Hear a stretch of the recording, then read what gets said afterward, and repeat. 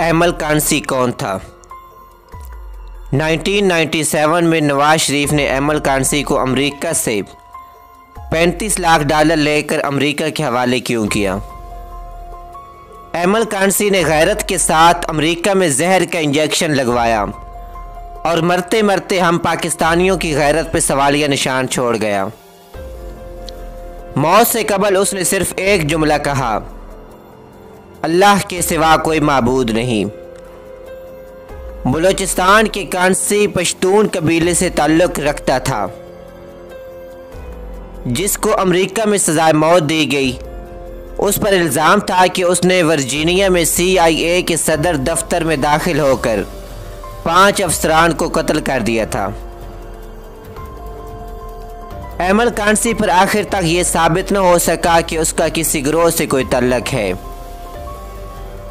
Emil Kansi Virginia में career का काम करता था, जिसके दौरान उसने CIA के कुछ खत खोल कर पढ़ लिए थे, जिससे उसको एक ऐसी साजिश का इल्म हुआ जिसमें 5 मुसलमान मारे गए थे। इसलिए उसने CIA के हेड ऑफिस में दाखिल होकर 5 गोरे मार दिए और फरार होकर पाकिस्तान आ गया। अमरीकी इदारों ने नवाज शरीफ के ताउन से इसको गिरफ्तार कर लिया था और पाकिस्तानी अदालत में पेश करने की बजाय अमरीकी अदालत में पेश करने को तरजीह दी गई, जहां उसको सज़ाए मौत सुना दी गई।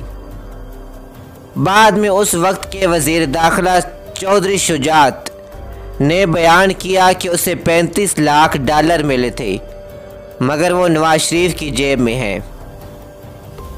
एमल कांसी को जहर का इंजेक्शन लगाने से पहले BBC ने उसका एक इंटरव्यू लिया था। एमल कांसी अपने इंटरव्यू में कहता है, मेरा असल नाम जो मेरे वालिद ने रखा है एमल खान कांसी है। गलती से स्कूल के रिकॉर्ड में और शनाख्ती कार्ड के रिकॉर्ड में मीर एमल खान कांसी आ गया है। मीर हमारे इलाके में बलोच अपने नामों के साथ लिखते हैं। मैं पठान हूँ, बलोच नहीं हूँ, इसलिए मेरे नाम के साथ गलती से आ गया है। मेरा जो असल नाम है वो एमल खान कांसी है। एमल कहता है वो 1991 में अमेरिका गया था। मेरा एक दोस्त यहाँ पर रहता था, वो यहाँ का मुस्तकिल रहायशी था। वो यहाँ वर्जीनिया में रहता था। मैं यहाँ आया था एक मुल्क देखना था। फिर मैं कुछ अपने पैसे साथ लाया था। मैंने कहा शायद कुछ बिजनेस कर लें। एमल ने कहा कि अमेरिका में अक्सर वीज़े की मुद्दत ख़त्म हो जाती है, तो वर्क परमिट के लिए पनाहगज़ीन की हैसियत से ही दरख्वास्त दी जा सकती है। मैंने इस मकसद के लिए वहाँ रिफ्यूजी स्टेटस के लिए अप्लाई किया और रिहाइश इख्तियार कर ली। अमेरिकी federal bureau of investigation FBI ने 2011 में वाज स्ट्रीट जनरल में बयान दिया कि उन्होंने नवाज शरीफ से बात की और उन्हें मतलूब रकम $35 लाख की एवज़ अपना मतलूब एमल कांसी उठा लिया। वैसे यही हशर अजमल कसाब का भी हुआ था, जिसे मियां नवाज शरीफ साहब ने उकाड़ा से गिरफ्तार करके इंडिया के हवाले किया था और उसे फांसी दे दी गई थी। एमल कांसी को 1997 में डेरा गाजी खान के शालीमार होटल से पकड़ा गया था। हैरत इस बात पर कि अमरीकी हेलीकॉप्टर बगैर पेशगी इजाज़त लिए अमेरिका से आकर पाकिस्तान में दाखिल हुए और डेरा गाजी खान से एमल को उठा कर ले गए और कई दिन तक हमारी हुकूमत छुपाती रही कि उन्हें इल्म ही नहीं कि एमल को कब और कैसे उठा लिया गया। एमल पर CIA के 2 एजेंटों 28 साला फ्रैंक डार्लिंग और 66 साला लेनिंग बेंट को फायरिंग करके हलाक और 3 दूसरे अफराद को जख्मी करने का इल्ज़ाम था।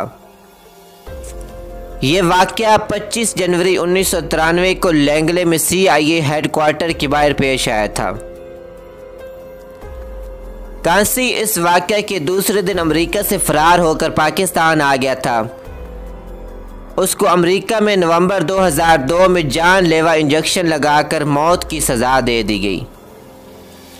उस वक्त के अमेरिकी सदर बिल क्लिंटन और वज़ीर ख़ारजा मैडलिन अल्ब्राट ने ज़ाती तौर पर उस वक्त के सदर पाकिस्तान फ़ारूक लगारी और वज़ीर आज़म नवाज शरीफ से रब्ता करके 15 जून 1997 को कांसी की गिरफ्तारी के ऑपरेशन की मंजूरी हासिल की थी। इस ऑपरेशन के लिए FBI और CIA के मुश्तरका टीम तश्कील दे दी गई, जिसका सरबराह इस्लामाबाद में CIA का स्टेशन चीफ गैरी शरोन था और ऑपरेशन की मनसूबाबंदी FBI के ब्राड गैरेट ने की थी। एमल कांसी उस वक्त पाक अफगान कबायली पट्टी पर रिहाइश पजीर था। इत्तला दहंदगान को अमरीकी एजेंटों ने कहा कि उसको पाकिस्तान लाने की कोशिश करें, जहां उसको आसानी के साथ पकड़ा जा सकेगा, क्योंकि पाकिस्तानी हुक्मरानों से उनका मुकमका हो चुका था। एक पठान दोस्त एमल कांसी को पुरकशिश कारोबारी पेशकश के साथ वो अफ़गानिस्तान के रास्ते रूसी इलेक्ट्रॉनिक अशिया कि पाकिस्तान से स्मगल करके भारी रकम हासिल कर सकता है। ये पेशकश उसको डेरा गाजी खान ले आई, जहां उसको पठान दोस्त ने हुकूमत को मुखबरी करके पकड़वा दिया। जहरीले इंजेक्शन से मौत से कबल अपने एक ख़त में जो उसकी मौत के बाद सामने आया, कांसी ने कहा था कि अमेरिका में CIA एजेंटों पर हमला उसका अपना मंसूबा था और पाकिस्तान में कोई भी शख्स इससे वाकिफ़ नहीं था। उसने मज़ीद लिखा कि जिन लोगों ने मुझे फंसाया वो हुकूमत के मुखबर पठान थे।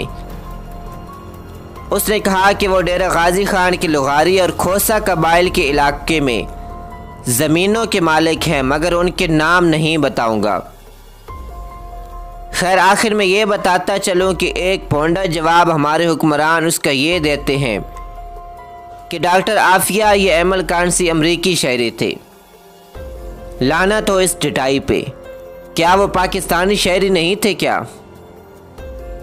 रेमंड डेविस एक अमरीकी जिसने हमारे 2 बेगुनाह बंदे मार दिए थे, उसे वज़ीर आला मियाँ शहबाज शरीफ और जरदारी ने मुकमका करके अमरीका के हवाले कर दिया और जवाब ये दिया गया कि वर्सा को खून बहा दे दिया गया है। अगर एमल और आफिया ने अमेरिका के कुछ मरदूद मार भी दिए थे तो पाकिस्तान उनकी हवालगी के बजाय कत्ल का खून बहा अदा नहीं कर सकता था क्या? आज तक आपके सामने वो लिस्ट आई है जिसमें हज़ारों बेगुनाह मासूम बच्चे ड्रोन से मारे जाते रहे हैं। क्या वो दहशतगर्द थे? उनका खून बहा भी पाकिस्तान वसूल करता रहा है और करोड़ों डॉलर में करता रहा है और कर रहा है, मगर ये खून बहा का पैसा इन हाकिमों पे हलाल है, क्योंकि इस रकम का ऑडिट नहीं होता। ये कौमी ख़जाने में पहुंचता है, न ये लाशों वालों के घरों में पहुंचता है।